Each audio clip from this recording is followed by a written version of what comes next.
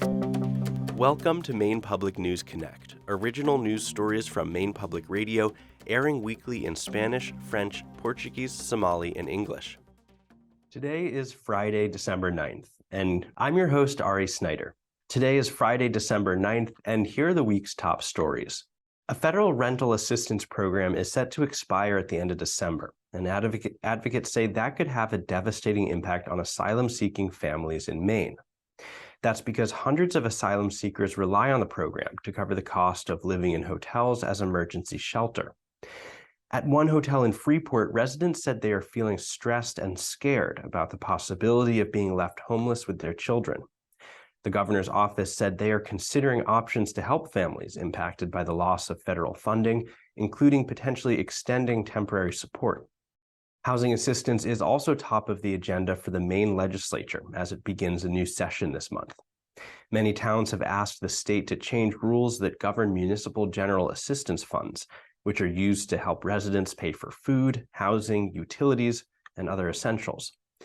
Another top issue for legislators will be energy assistance, as high prices for oil, gas, and electricity pose a challenge for many Maine households. The governor has said she intends to propose heating assistance legislation this month.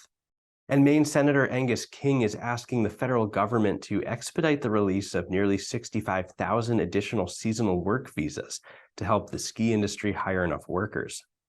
An organization that represents the ski industry reports that 81% of ski operators said they were understaffed last year. Sugarloaf, which is one of the most popular ski resorts in Maine, said this year they have hired 15 international workers. A spokesperson for Sugarloaf said seasonal work visas have been especially important during the difficult labor market of the last 2 years. And lastly, Mayo Street Arts, a community theater in Portland, is offering support and training for immigrant artists and artistic groups.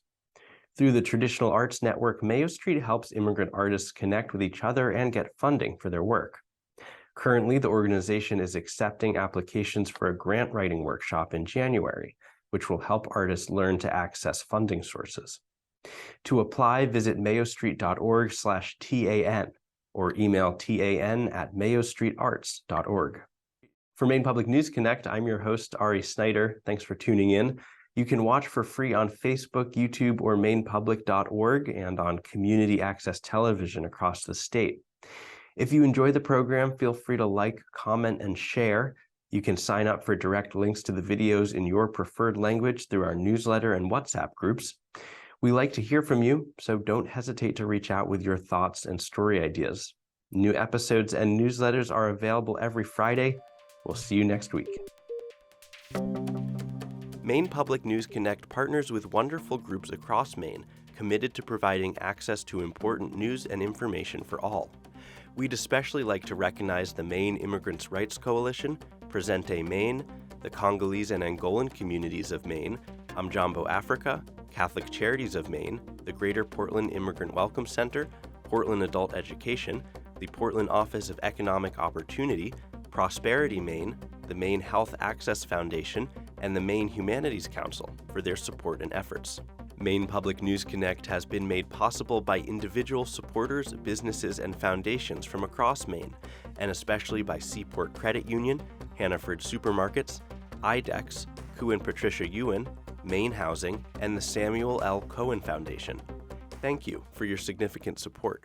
Maine Public News Connect is made possible by Koo and Patricia Ewan, committed to bridging cultural differences in our communities. Juntos. Ensemble. Warajir. Junto. Seaport Credit Union. Together. At Maine Housing, home is comfort. Home is key.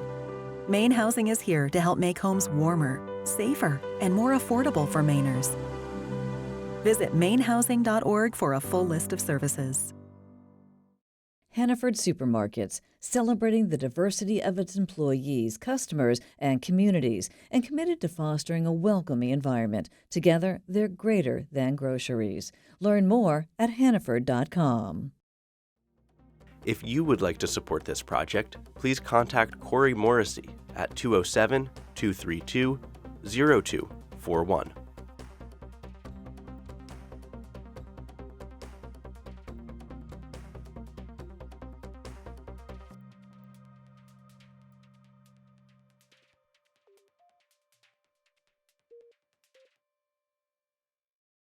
you.